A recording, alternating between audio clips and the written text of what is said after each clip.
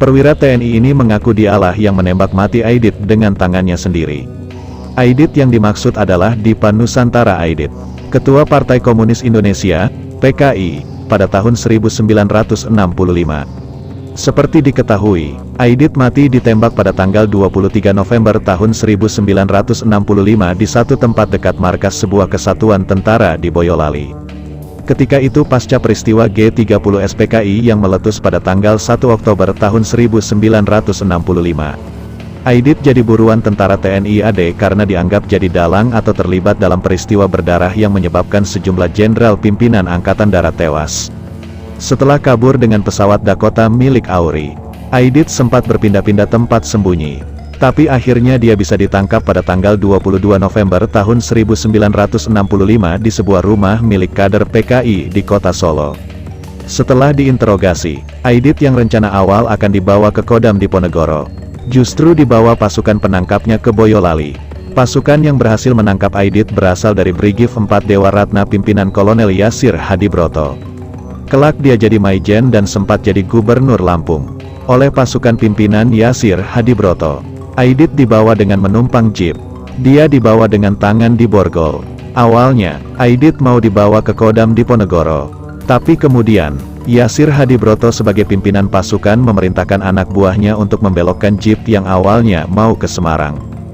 Belok menuju Boyolali, jeep yang membawa Aidit pun langsung meluncur ke daerah Boyolali.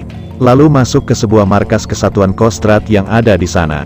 Mengutip sindonews.com, di markas kesatuan Kostrad ini, Aidit lalu diturunkan dari jeep, sempat disuguhi kopi dan rokok. Setelah itu Aidit dibawa ke sebuah tempat dekat sebuah sumur. Sebelumnya, Kolonel Yasir memerintahkan anggota TNI yang ada di markas itu untuk mencari sumur.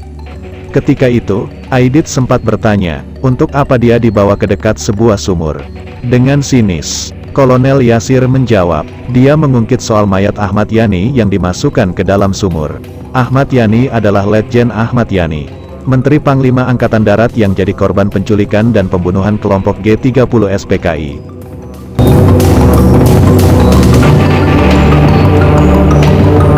Mendengar jawaban Kolonel Yasir, Aidit pun paham jika nyawanya sebentar lagi akan melayang. Sebelum dia dieksekusi, Aidit meminta agar dia diizinkan berpidato. Kolonel Yasir pun mengabulkan permintaan Aidit. Lalu Aidit berpidato dengan berapi-api. Ketika itulah, Kolonel Yasir langsung menarik pelatuk senjata AK-47 yang dipegangnya. Di depan 3 anak buahnya, Aidit diberondong Yasir dengan senapan serbu buatan negara komunis tersebut. Setelah menembak Aidit di depan 3 anak buahnya, Yasir segera memerintahkan untuk memasukkan mayatnya ke sumur, lalu menimbunnya dengan tanah dan pohon pisang yang dibabat dari sekitarnya. Keesokan harinya untuk menghilangkan jejak, Yasir memerintahkan prajuritnya menumpuk kayu kering di atas tanah dan timbunan pisang. Tulis Restu Gunawan dalam buku, Malam Bencana 1965 dalam Belitan Krisis Nasional Bagian 2, Konflik Lokal.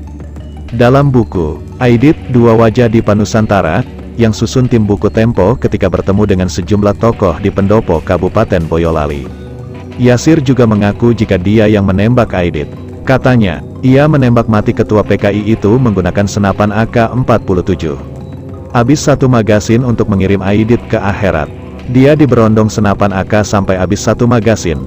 Kata Yasir seperti dikutip tim Tempo dalam buku, Aidit, Dua Wajah Dipa Nusantara. Mungkin, karena dendam dan marah, hingga Yasir memberondong Aidit dengan 1 magazin. Setelah mengeksekusi mati Aidit, Yasir lantas pergi melaporkan semuanya kepada Pangkostrat Maijen Soeharto yang ketika itu ada di Yogyakarta. Kepada Soeharto, Yasir menegaskan, siap digantung oleh Bung Karno, jika memang apa yang dilakukannya itu salah. Tapi, Soeharto menjawab, dia yang akan mempertanggungjawabkan tindakan anak buahnya itu.